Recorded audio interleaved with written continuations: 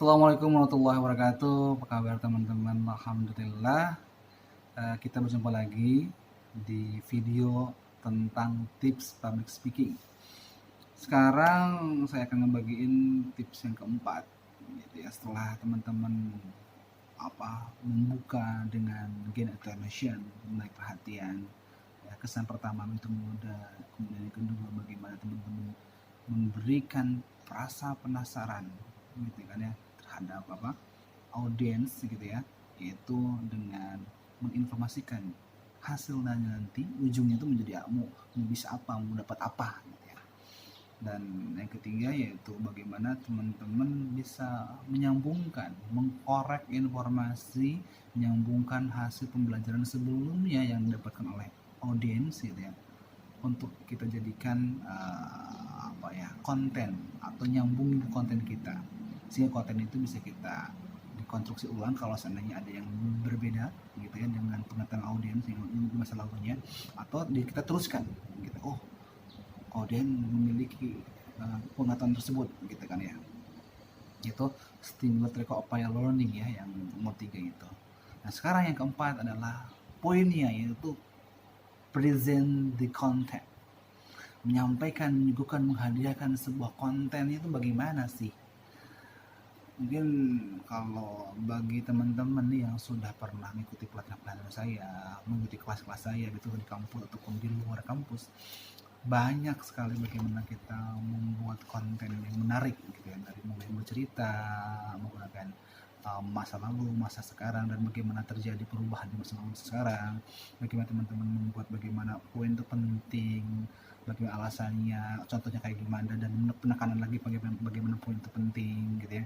Terus bagaimana teman-teman menyampaikan dulu tentang opini-opini yang terjadi di masyarakat, gitu ya, terus ditarik situasi yang terkini yang sesungguhnya realitasnya seperti apa, kemudian diberikan, gitu ya, pilihan-pilihan atau solusi-solusi untuk menyelesaikan masalah tersebut atau meneruskan memperkuat masalah tersebut, gitu ya, tergantung positif atau negatif, gitu ya.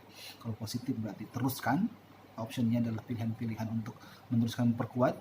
Tapi kalau negatif, gitu, kita berikan solusi, gitu ya, bagaimana untuk menyelesaikan masalah tersebut, poin-poinnya apa saja, dan setelah itu baru kita aksikan, ajak untuk bergerak setelah memberikan poin-poin tadi, pilihan-pilihan tadi.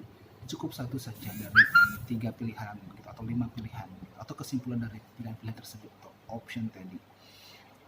Kemudian selain 3 hal itu juga banyak, gitu ya. Ya, teman-teman cukup membuat sebuah poin, 3 poin aja, gitu ya, atau 3 poin yang agar teman-teman tuh bisa enak, gitu ya, merangkumnya, gitu ya. 5 paling maksimal, gitu ya, itu bisa. Jadi present the content alurnya banyak sekali, gitu ya, saya tidak bisa disebutkan di sini satu-satu. Tapi poin yang ingin saya sampaikan tentang present the content itu adalah bagaimana teman-teman bisa menyuguhkan bahwa konten itu memiliki pesan-pesan yang agar mudah diterima, yaitu kita harus menggunakan berbagai media agar mereka, audiens itu, bisa mencernanya. Media apa saja? Ya, media-media yang bisa dilihat, yang bisa didengar, gitu ya, dan bisa dirasakan kalau perlu, ya, gitu. FAK, visual auditory kinesthetic, gitu ya. Atau bisa disebutnya adalah multimedia. Ya, ada pesan suaranya, ya ini, ada pesan visualnya, ya video ini, gambar ini, gitu ya. Ataupun contohnya teman-teman melihat sebuah gambar atau teman-teman melihat sebuah video, gitu ya, atau dibarengi dengan musik untuk mengiringi teman-teman saat menyampaikan pesan, gitu ya. Dan kinestetik, gerakan-gerakan yang mempermudah mengingat, gitu ya, atau membuat bahwa itu adalah ekspresi dari teman-teman sendiri sebagai sebagai seorang public speaker, gitu ya, sehingga pada saat teman-teman melakukan mimik, gestur, dan mereka juga akan ikutin, akan terasa, gitu, bahwa deket banget dengan audiens, gitu ya. FAK, visual auditory kinesthetic, itu multimedia, Dan sebenarnya multimedia itu adalah yang pada diri kita sendiri gitu ya. Tapi sebenarnya juga bisa menggunakan editan kalau dalam bentuk video gitu ya. Atau kalau dalam langsung ya tadi pakai PowerPoint, pakai movie gitu ya, pakai sorotan lampu gitu ya, pakai apalagi pakai dekorasi di panggung gitu, itu banyak sekali. Nah, selain tadi multimedia yang kita gunakan untuk memanjakan audiens agar terpukau, agar memang fokus pada apa yang kita sedang sampaikan, poinnya lagi adalah pesan multi indera. Ya, pesan-pesan kitanya itu harus benar-benar masuk kepada indera para audiens. Tadi saya udah sebutkan di awal. Contohnya, kalau ingin contohnya sesuatu yang bisa dirasakan, berarti kita menyuguhkan gitu ya, hal-hal yang berhubungan dengan rasa gitu, baik itu contohnya apa, penciuman, baik itu contohnya pengecap batu, perasa, indera perasa tubuh. Kalau digital ya kontennya apa kita yang dirasakan itu. Biasanya contohnya kalau pakai gerakan-gerakan, ya teman-teman coba rasakan bagaimana sama teman-teman memukul teman-teman sendiri, sakit enggak? Nah, sampai kitanya benar-benar memukul gitu, sehingga ada multi indera terasakan. Multi indera itu pesan kita tuh ada inderanya, indera kinestetik gitu. Dan di kinestetik adalah penciuman, kemudian meraba gitu, dan perasa.